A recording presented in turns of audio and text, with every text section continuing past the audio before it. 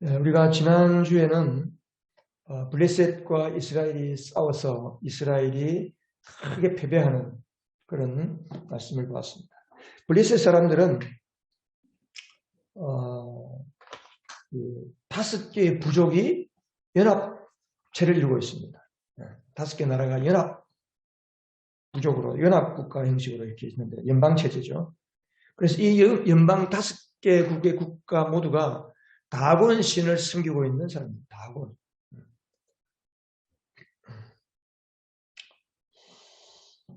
근데 오늘 말씀을 보면 그들은 믿었던 도끼에 발등을 지키는 게 되었습니다. 제가 이런 그림을 찾았어요.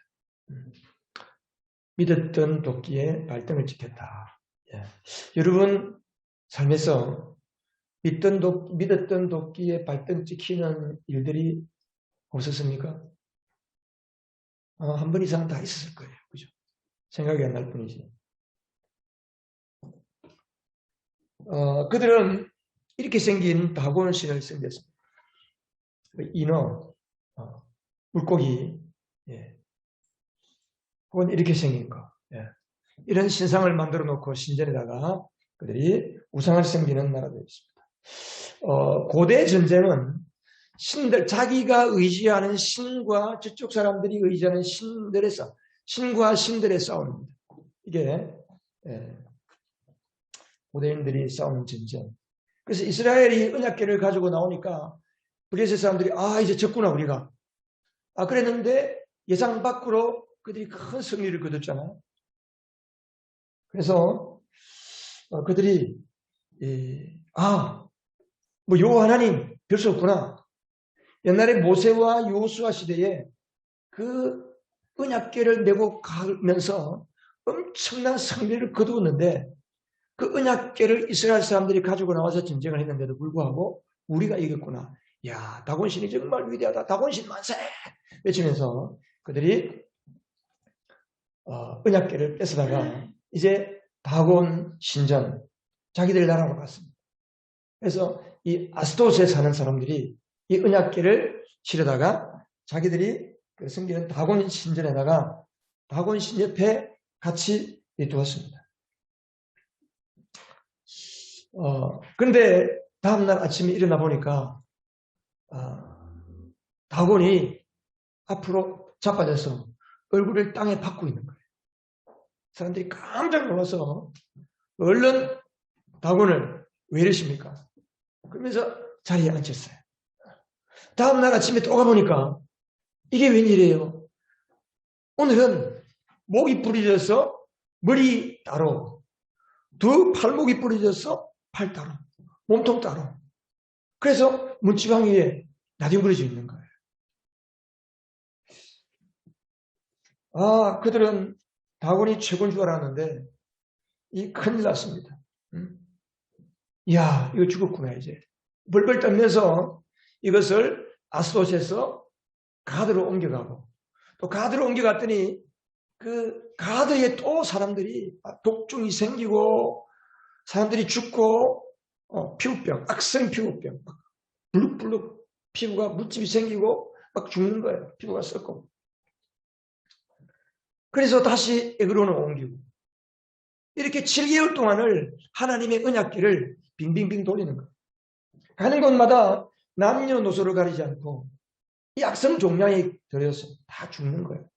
죽지 않고 살아남은 사람들은 비명 소리가 하늘에 사무쳤다. 12절에 그렇게 나와 있습니다. 왜 이런 일이 일어났을까? 왜 이런 일이 일어났을까? 왜 하나님께서 그 블레셋에 갔어서 블레셋에 있는 언약궤, 블레셋에 들어간 언약궤를 통해서 하나님께서 사랑과 인자에 자비하신 하나님이신데 왜 그렇게 하셨을까? 그래서 어떻게 됐는가?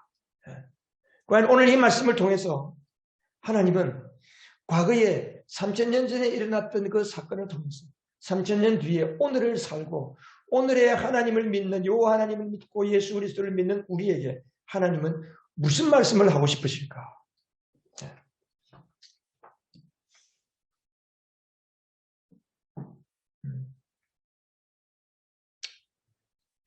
자, 블레셋에 하나님의 언약궤가 뺏겨 들어갔습니다. 그들은 다곤신 옆에 세워놨어요. 이렇게. 이 다곤신이잖아요. 이렇게. 그 앞에 세운 게 아니라 옆에 나란히 있습니다. 성경에 보면 그 곁에. 저 곁에 세웠다는 생각을 하면서 두 가지 생각을 했어요. 그러니까 그들이 그동안에는 이스라엘이 섬기는 하나님, 이스라엘이 믿는 여호와 하나님을 굉장히 모든 이방 나라들이 두려워했습니다. 근데 별거 없구나. 다곤이 더 세구나. 우리가 섬기는 다곤신이 최고구나. 그래서 다곤 옆에 그냥 있으라는 거예요. 아주 의기양양하고 기고만장한 겁니다. 하나님을 무시하고 하나님을 조롱하는 거죠. 물론 언약궤 자체가 하나님은 아니지만 그 언약궤를 상징하는 언약궤가 의미하는 하나님, 여호와 하나님을 그렇게 무시하는 겁니다. 게다가 이왕이면 이스라엘만 당신 내가 복 주지 말고 우리에게도 복 좀 주시오. 막 그런 마음으로 옆에다가 두지 않았을까. 그런 생각이 듭니다. 하나님을 알지 못하는 사람들은 모든 종교는 다 똑같다고 생각합니다. 그래서 그 중에 자기 마음에 드는 종교 하나 선택해서 믿으면 신앙은 똑같다.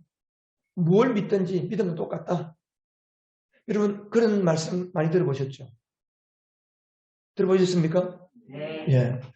예수 믿는 여러분들이 이런 이야기 들을 때 여러분 마음 어떠셨어요? 네? 그렇지 않다. 모르는 소리다. 웃기는 소리다. 마음속으로. 겉으로는 뭐라고 그랬어요? 뭐 그럴 수 있죠. 예, 그러세요? 왜? 옆 사람 전도해야 되니까. 그러세요? 그렇군요. 속으로는 아닌데, 그렇죠. 여러분들이 신앙생활에 오면서 이 블레셋 사람들이 언약궤를 보면서 하나님을 무시하고 하나님이 별 볼 일 없다고 생각한 것처럼 여러분의 삶에 어려움이 계속되고 힘든 일이 계속되고 여러분 원하는 대로 되지도 않고 기도하는 것이 이루어지지 않기 때문에 하나님이 계신지 안 계신지 잘 모르겠다. 하나님이 정말 계신가? 내가 예수를 제대로 믿은 건 맞나? 내가 종교를 바로 선택했나? 내가 제사를 안 지내고 기독교를 믿고 예수를 믿어서 지금 내가 어려움에 빠진 건 아닌가? 그런 생각 해보신 적이 없으세요? 예수 믿는 사람들 가운데도 종종 이런 생각하는 사람들이 있더라고요. 그래서 오랫동안 신앙생활을 하다가 막판에 배교하는 사람이 있어요. 하나님 떠나가는 사람도 있어요. 너무 자기 삶이 어려우니까, 힘드니까. 하나님이 왜 내 삶을 잘 이렇게 풀어주지 아니할까? 그 문제를 가지고 씨름하고 기도하는 대신에 하나님이 안 계시다고 생각합니다.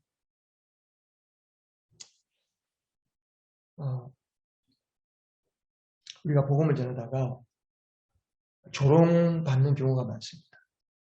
더군다나 요즘 코로나 때에 얼마나 세상 사람들이 교회를 조롱하고 무시하고 교회가 당당하게 해야 할 말을 제대로 하지 못하는 이런 안타까운 상황에 놓이게 되었지 않습니까?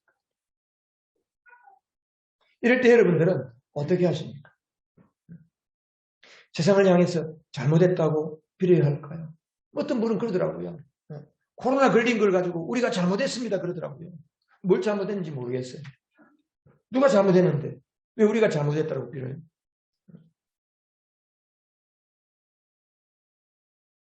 우리가 이렇게 한국 교회가 세상에 조롱당하고 나의 믿음이 사람들로부터 조롱을 당하고 내가 스스로 나의 믿음을 의심하고 힘들 때 쓰러지고 넘어져 힘이 없을 때 과연 하나님도 무력하실까? 하나님도 쓰러져 계실까? 하나님은 도대체 뭐하고 계실까?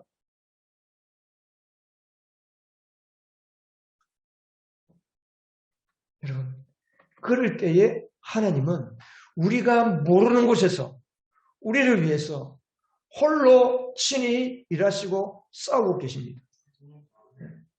오늘 말씀에서 보면 하나님이 그렇게 하셨어요.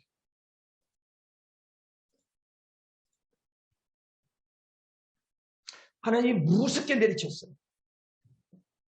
이 5장에 보면 5장 6절, 7절, 11절에 보면 하나님이 무섭게 내리치셨다. 그런 말씀이 반복해서 나옵니다. 반복해서.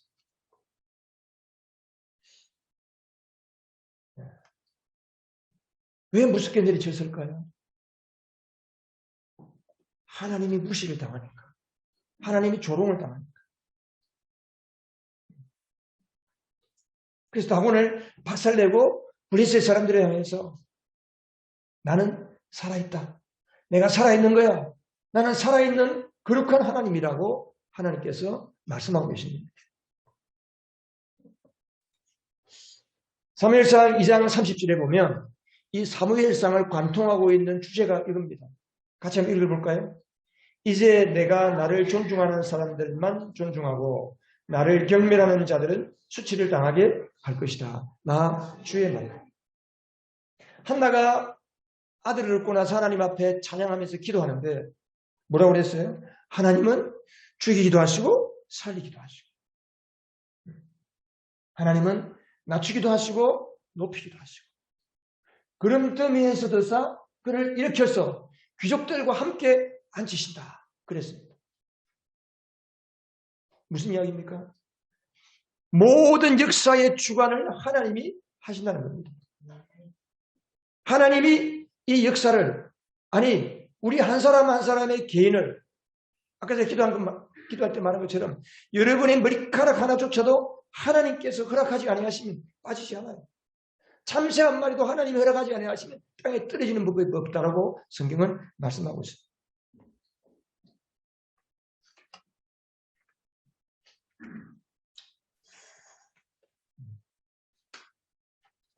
하나님께서 다곤을 박살내는 이유가 뭘까요?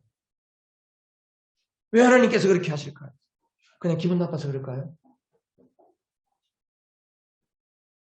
왜 그럴까요?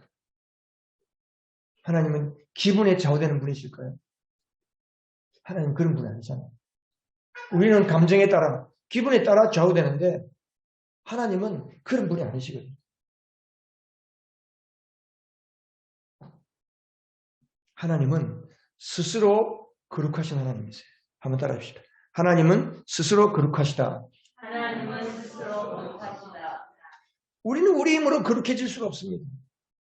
예수의 보혈의 능력, 하나님이 우리를 거룩하게 하지 아니하시면 사람은 본래부터 타락한 존재이기 때문에 거룩해질 수가 없습니다.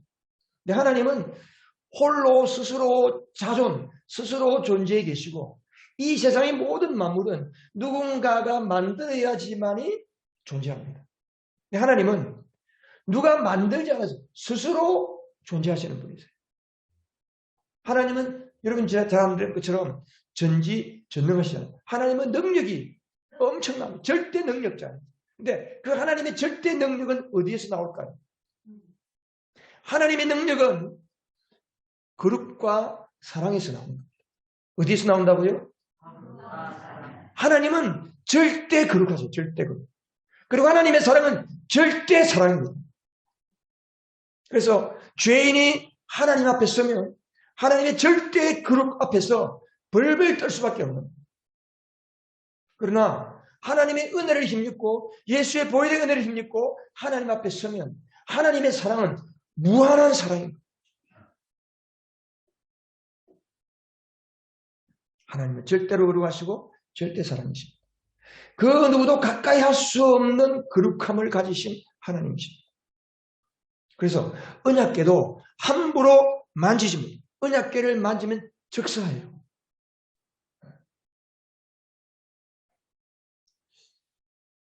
그래서 함부로 만지지 못하도록 긴 막대기를 걸어서 제사장이 메고 다니겠죠. 이 하나님의 언약궤는 너무 거룩하고 너무 무서운 거기 때문에 그래서 언약궤를 만들고 거기에 뚜껑을 만들었어요. 뚜껑.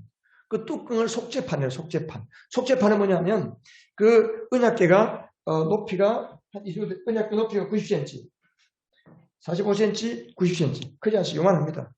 근데 그 안에다가 이제 모세의 두 돌판 율법, 또 만나 항아리, 그리고 아론이 짚고 다니는 그 지팡이에 싹이 난 아론의 싹이 난 지팡이를 세 가지 넣었어요. 나중에는 이제 그 율법 돌판밖에 없었다고 그러는데 그 위에 속죄판을 넣습니다. 속죄판은 뭐냐? 하나님의 사랑을 의미합니다. 두 그룹 천사가 날개로 그 속죄판을 덮었습니다. 은혜로 덮는 거예요.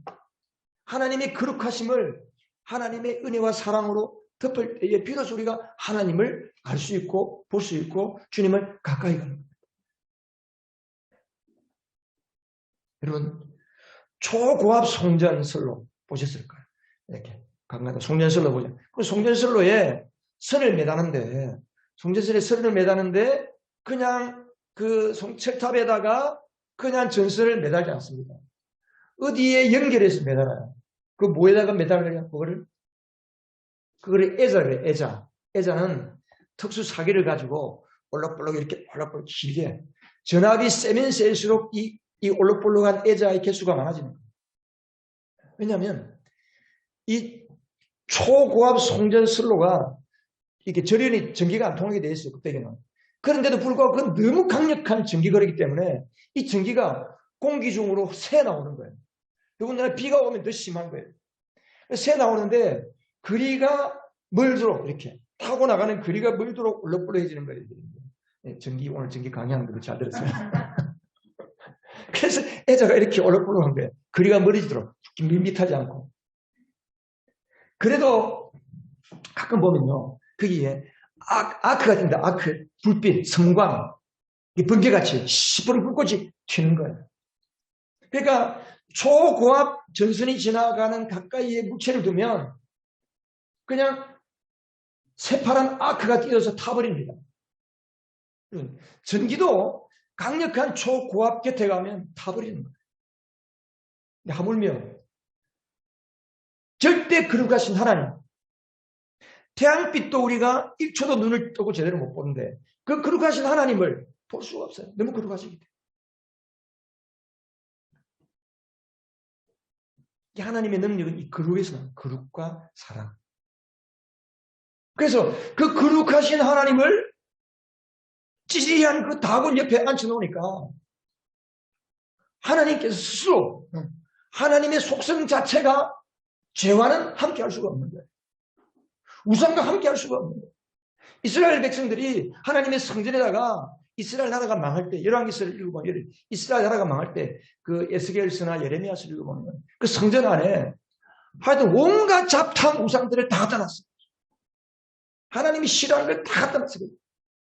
그래서 그냥 성전이 파괴돼 버리는 거예요. 하나님께서 파괴시켜 버리는 거예요. 다곤과 함께 할 수 없는 거예요.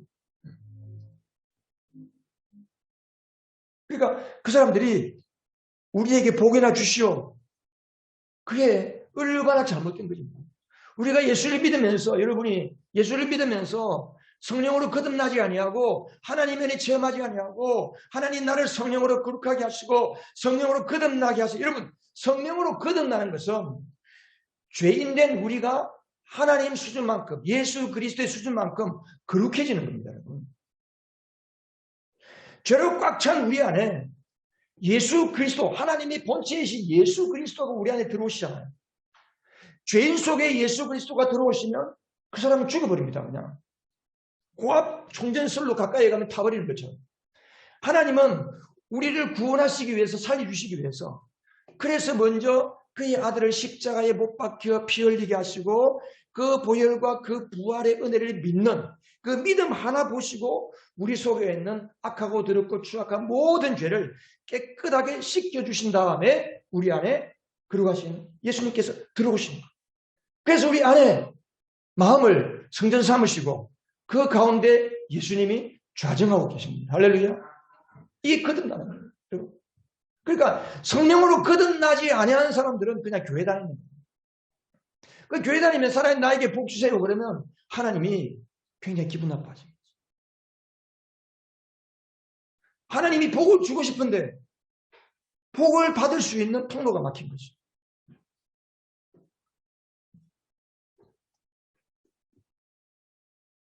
그래서 우리가 하나님을 송축해 내 영혼 송축해 찬양하는 겁니다.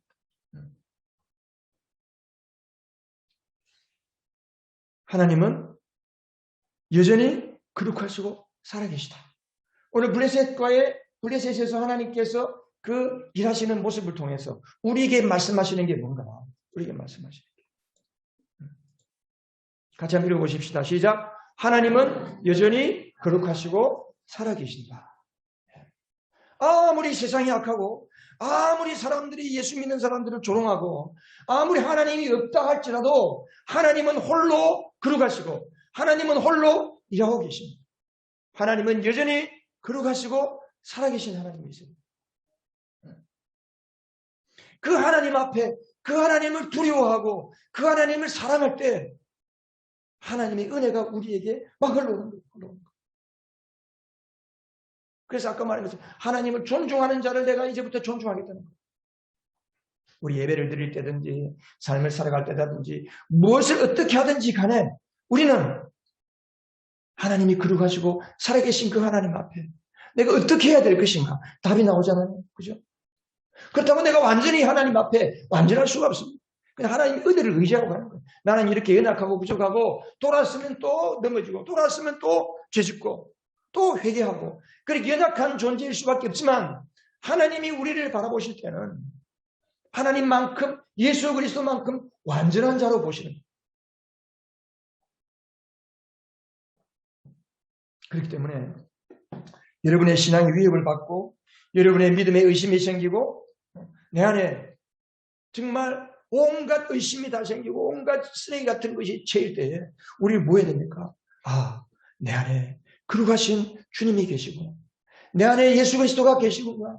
예수 그리스도께서 하나님께서 내 안에 나를 깨끗하게 하시고 내 심령을 내 영혼을 정결케 하시고 내 안에 들어와 계시는구나. 왜? 나를 살리시기 위해서. 나를 능력 있게 하기 위해서. 나에게 하나님의 자녀처럼 살게 하기 위해서. 나를 도와주시려고. 나를 살리시려고 하나님이 내 안에 들어와 계시는 거예요. 그래서 지난주에 제가 말씀드렸죠. 그리스도의 임재. 내 안에 주님이 계신 것을 그리스도의 임재라 그랬잖아요. 우리는 그리스도의 임재가 있는 것만 돼서는 안 돼요. 뭘 가져야 된다 그랬습니까? 임재의식. 내 안에 그리스도가 계신다는 의식. 그것이 믿음이라고 그랬습니다. 내 안에 주님이 계신다는 임재의식. 매 순간순간 내 안에 주님이 계신다. 이게 믿음이에요. 이게 믿음.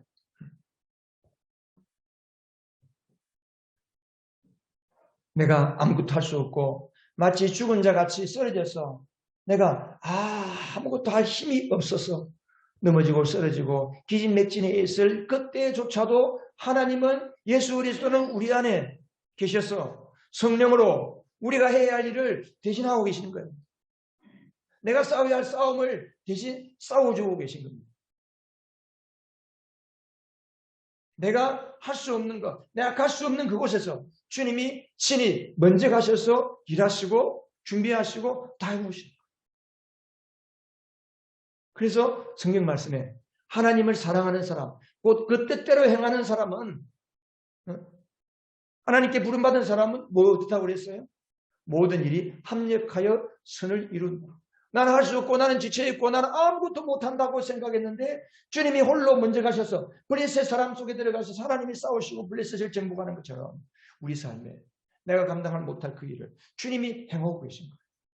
이것을 믿는 사람은 이 하나님의 은혜를 받을 것이고 이 은혜를 믿지 못하고 여전히 쓰러지고 넘어지고 하나님을 원망하고 내가 믿을까 말까 예배를 드릴까 말까 교회를 갈까 말까 기도를 할까 말까 그런 사람들 갈등하다가 끝나는 것이나 갈등. 얼마나 불쌍해요. 예수를 믿는데. 여러분 우리 가운데 한 사람도 갈등하다가 끝내는 사람 없기를 바랍니다. 오직 예수 그리스도를 신뢰하고 내 안에 계신 그리스도를 의지하고 거룩하신 하나님 사랑의 하나님을 붙잡고 주님과 동행하시는 우리가 되기를 바랍니다. 6절과 12절에 보면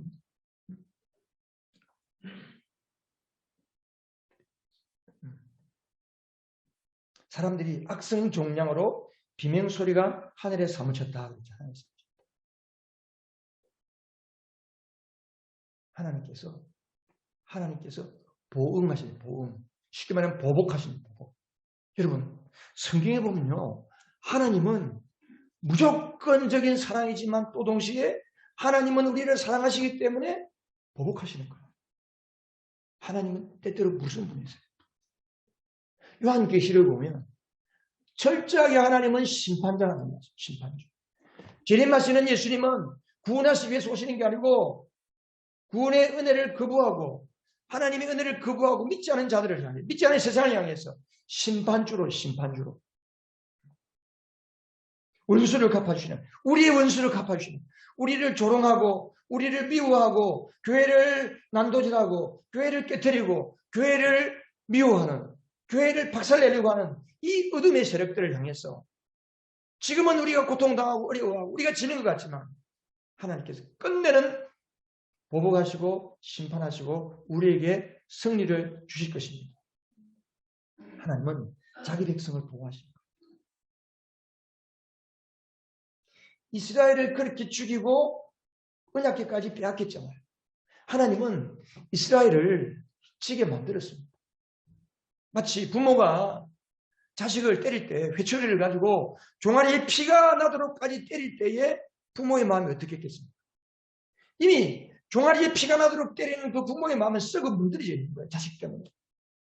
하나님 아버지의 마음이 그런 마음을 가지고 이스라엘 백성을 향해서 전쟁에서 4,000명이 죽게 하고 그래도 못 깨달으니까 3만 명을 죽게 하고 언약궤가 빼앗겨버리게 하고 엘리 제사장이 죽고 엘리의 두 아들 홈리와 비나스가 전쟁터에 사망하고 그 소식을 들은 엘리가 목이 부러져 죽고 그 소식을 들은 며느리가 애 낳다가 죽고 그래서 그 아이를 며느리가 애를 낳다가 그 아이의 이름을 이가봇 하나님의 영광이 떠났다라고 지으라고 했죠.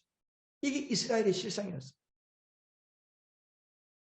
이렇게 하나님은 이스라엘을 향해서 징계하셨지만 여전히 하나님은 이스라엘을 자기 백성으로 사랑하고 계신 거예요. 지난주에 말씀드렸습니다. 블레셋은 영적으로 뭘 의미한다고 그랬습니까? 블레셋은 영적으로 마귀의 나라, 사탄의 나라, 하나님의 나라를 대적하는 사탄을 뜻한다고 그랬습니다. 그래서 영적으로 사탄에 속한 나라, 마귀와 마귀에 속한 나라, 이것들이 하나님의 나라를 깨뜨리고 방해하려고 하니까 하나님께서 일하시는 겁니다. 교회를 거짓으로 속이고 깨뜨리고 손해를 끼치고 교회를 더 이상 복음을 전하지 못하게 방해하는 이러한 시력들. 하나님은 가만두지 않습니다. 반드시 심판하시는 거예요. 그래서 오직 믿음으로만 최후 승리를 거두는 겁니다. 할렐루야. 낙심하지 마십시오. 여러분 안에, 여러분 삶에 어려움이 있고 힘든 일이 있을지라도 주님 붙드시기 바랍니다. 하나님은 우리 편이십니다. 우리를 보호하십니다. 우리가 믿음을 놓지 않는 한 주님 우리 편이 되셔서 우리를 위해 지금 싸워주고 계신 것을 믿으시기 바랍니다.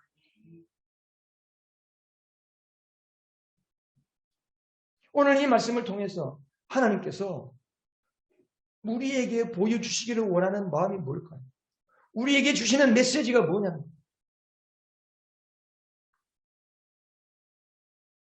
첫 번째는 하나님은 당신 앞에 자신을 낮추는 사람을 기뻐하십니다.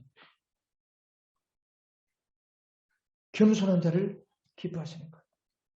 조금 잘났다고, 조금 뭐가 된다고, 기고만장하고 블레셋 사람들이 그랬잖아요. 전쟁에서 이겼다고 의기양양하고 기고만장해서 그 거룩하신 하나님의 언약궤를 다곤 옆에다 갖다 놨어요. 원래는 정말 생각이 있는 사람들이었으면 이 언약궤는 이스라엘이 지극히 거룩하게 여기는 것이다. 함부로 대하면 안 된다. 그래서 그들이 뭐 따로 할 수는 없어도 뭐 성막을 지을 수는 없어도 다른 곳에 따로 보관을 했어야만이 되는 거예요.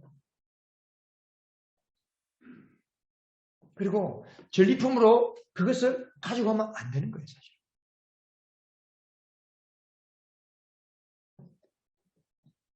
그런데 블레셋은 전쟁에 이겼다고 다곤이 최고인 줄 알고 자기들이 섬기는 다곤신이 전부인 줄 알고 기고만장했어요. 교만했어요.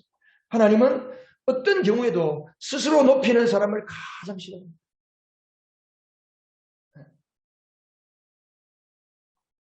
어떤 경우에도 하나님만이 나의 전부이시다. 예수 그리스도만이 나의 머리가 되신다. 예수님만이 왕이시다. 이 고백을 늘 하시기를 바랍니다. 조금 잘 된다고 내가 껍죽거리고 뭔가 된 것처럼 목에 힘을 주고, 여러분, 굉장히 위험한 거예요. 그럴수록 겸손해요. 내가 잘 될수록 겸손해요. 하나님이 왜 나를 잘 되게 하실까? 주님께서 의도가 무엇일까? 주님이 나를 통해 뭐 하실까? 늘 주님께 묻고 주님께 겸손해야 돼요. 왜 사울이 망한 줄 아세요? 여러분, 사무엘상에 보면 두 왕의 이야기가 나와요. 사울 왕이 나오고 다윗 왕이 나오잖아요. 너무 대조적이에요. 사울 왕은 왕이 되기 전에는 굉장히 겸손했어요. 너무 겸손했어요. 왕에게 기름 묻다고 하니까 안 한다고 도망가고 그랬어요. 근데 정작 왕이 되고 나니까 그때부터 사람이 180도 달라지고, 자기 이름을 내세우려고 하고, 전쟁에서 승리하니까 큰 비석을 세우고 전공비를 세우고 거기다가 자기 이름을 쓰고, 사무엘이 오기까지 기다려야 되는데 자기 스스로가 제사장인 것처럼 하고 예배를 드리다가 하나님께 진노를 삽니다. 사울이 망한 이유는 스스로 높이다가 망한 겁니다. 다윗은 어떤 경우에도 하나님 앞에 엎드리는 자. 다윗이 밧세바를 간음하고 난 뒤에 1년 뒤에 나단 선지자가 와서 책망했더니 하나님은 죄를 지어도 기다려주시는 거 회개하도록 1년을 하나님께서 그 엄청난 죄를 지었는데 1년 동안 회개하지 않으니까 나단 선지자를 보내가지고 죄를 책망한 겁니다. 그때 다윗이 어떻게 했습니까? 잡아 뗐습니까? 1년 지났는데 아무도 모른다고 생각했는데, 여러분 같으면 어떻게 하겠어요? 1년 동안 아무도 모르게 그냥 이때까지 왔는데, 선지자님 지금 무슨 말씀 하시는 거예요? 지금 왕에게 지금 그런 말을 함부로 할 수 있습니까? 당신 당장 파면해요. 요즘 시대가 그런 시대 아닙니까? 그죠? 다윗은 그렇게 하지 않았어요. 자기 권력을 하나님 앞에 그렇게 사용하지 않았습니다. 그는 그 자리에서 바로 엎드렸습니다. 자기 요가 썩도록 눈물을 흘리면서 회개했습니다. 그래서 하나님께서 다윗은 내 마음에 합한 사람이다 그랬습니다. 그가 죄를 짓지 않았기 때문에 하나님께서 그를 내 마음에 합한 사람이라고 하지 않습니다. 우리는 어쩔 수 없이 연약하기 때문에 죄를 지을 수밖에 없는 존재들. 그러나 그 죄를 짓고 하나님 앞에 즉각 회개할 때 하나님께서 회개하는 자를 기뻐하시는 거예요. 하나님은 상하고 통회하는 마음을, 그래서 시편 51편에 다윗이 회개하면서 쓴 시에 하나님은 상하고 통회하는 심령을 기뻐하십니다. 이렇게 했어요. 그게 뭐예요? 낮아지는 거예요. 하나님 앞에. 시편 131편에 보면 다윗이 뭐라고 이야기했습니까? 내가 젖된 아이와 같이, 시편 131편에 보면 제가 읽어볼게요. 주님, 이제 내가 교만한 마음을 버렸습니다. 오만한 길에서 돌아섰습니다. 너무 큰 것을 가지려고 나서지 않으며 분에 넘치는 놀라운 일을 이루려고 하지 않습니다. 사람들은 조금만 잘 되면 자기 분수를 모르고 큰 일을 계획하다가 망합니다. 주로. 근데 다윗은 그렇지 않습니다. 분에 넘치는 놀라운 일을 이루려고 하지 않습니다. 오히려 내 마음은 고요하고 평온합니다. 젖된 아이가 어머니 품에 안겨 있듯이 내 영혼도 젖된 아이와 같습니다. 하나님을 즐거워하고 하나님 품에 있는 것을 즐거워하고 기뻐하고 주님을 기다리고 겸손하다는 거죠.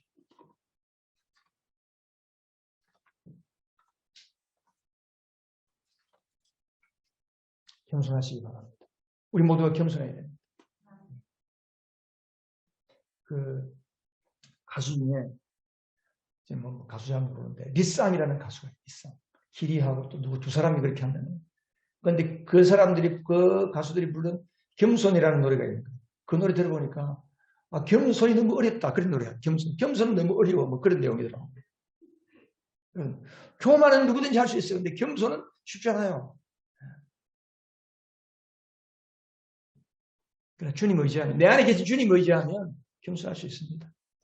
하나님의 은혜를 높이면 겸손할 수 있습니다. 두 번째는 하나님께서 네가 지금 어디에 있느냐. 나에게 하나님의 위치는 지금 어디에 있느냐. 내 안에 계신 그리스도는 어디에 내가 그리스도를 모시고 있느냐, 내 마음이 중심에 모시고 있는지, 아니면 저 한 구석에 밀쳐놓고 있든지, 우리 집에 한가운데 모시고 계신지, 아니면 저 창고 같은 방에 주님 여기 계세요 하고 밀쳐놓고 있는지. 다고는 블레셋 사람들이 성공을 의지하면서 있었던 그런 섬겼던 우상입니다. 여러분, 그리스도는 우리의 왕이십니다. 할렐루야. 네. 주님의 자리는 왕의 자리에 계십니다. 다고는, 이 다고는 업과 다산의 신입니다. 다산. 옛날에는 다산의 신이 사람들이 우상을 섬길 때 다산 많이 추천하는 거예요. 왜? 노동력이 많아야 성공하니까. 돈을 많이 버니까. 농사를 잘 지으니까. 그러니까 다산의 신을 잘 섬겼습니다. 결국 이게 뭡니까? 우상을 섬기는 목적은 자기 행복, 자기 성공입니다. 오늘날 사람들이 원하는 게 그거 아닙니까? 인생의 목적, 자기 성공, 자기가 잘 되는 거. 여러분은 여러분의 성공을 위하여 무엇을 의지하고 계십니까? 나의 왕은 주님이라고 고백하는데 과연 주님께서도 우리를 보시면서 아, 너는 나를 왕으로 모시고 살구나 라고 보실까요?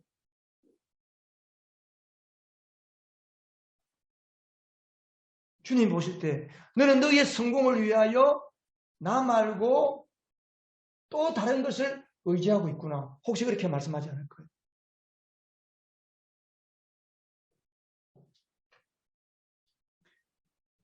우리는 모두가 예배하고 그리스도가 왕이라고 고백하는데 정작 내 삶에 에너지를 쏟아붓고 시간을 쏟아붓고 마음을 쏟아붓고 온통 나의 관심사는 어디에 가 있느냐. 당연하죠. 우리가 생업을 위해서 물질과 마음과 시간을 쏟아부어야 정상입니다. 학생들은 공부에 시간을 쏟아부어야 정상입니다. 문제는 그게 아니고 왜 거기에 우리의 마음과 생각을 쏟아부느냐는 거죠. 하나님 그걸 보시는 거예요. 왜 돈 버는데, 왜 공부하는데, 왜 건강에 그렇게 에너지와 시간과 물질과 모든 것을 쏟아부을 수밖에 없느냐? 라고 묻는 거지. 그에 대한 답을 여러분이 주님께 드릴 수 있어요. 주님 그걸 보시는 거예요. 주님은 뭐 그냥 하루 365일, 일주일에 하루 24시간 내내 교회 와서 있으라. 그게 아닙니다. 우리는 생활 현장에 나가야 됩니다. 내가 살아야 할 곳은 생활 현장입니다. 가정에서 가정생활하고 직장으로 가고 학교로 가고 다 가야 됩니다. 왜 거기에서 열심히 살아야 하고 에너지를 투입해야 되고 그렇게 죽을 둥 살 둥 모르게 힘을 쏟고 살아야 하느냐? 그 이유가 뭐냐는 거예요. 그 이유가. 스스로 여러분 답을 말씀해 보시기 바랍니다. 하나님은 여전히 거룩하시고 살아계십니다. 기도하십시다.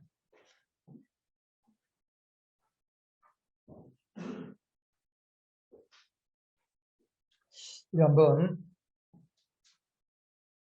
이 시간에 묵상으로 주님 주신 말씀을 생각하면서 이 세상을 의지하고 살면 이 세상은 반드시 믿었던 도끼가 우리의 발등을 찍을 수밖에 없습니다. 그러나 우리 주 예수 그리스도는 우리가 아무리 믿어도 결코 발등 찍히지 않는 분입니다. 왜 그렇습니까? 우리를 사랑하시되 자기 목숨을 우리를 위해 내어주시고 자기 몸값으로 우리를 구원하셨기 때문입니다. 나를 자기 목숨보다 더 사랑하시는 분이 예수님이십니다. 오늘 말씀을 통해서 이 말씀 앞에 여러분의 마음을 어떻게 들으시겠습니까? 한 1분 정도 묵상으로 기도하십시다.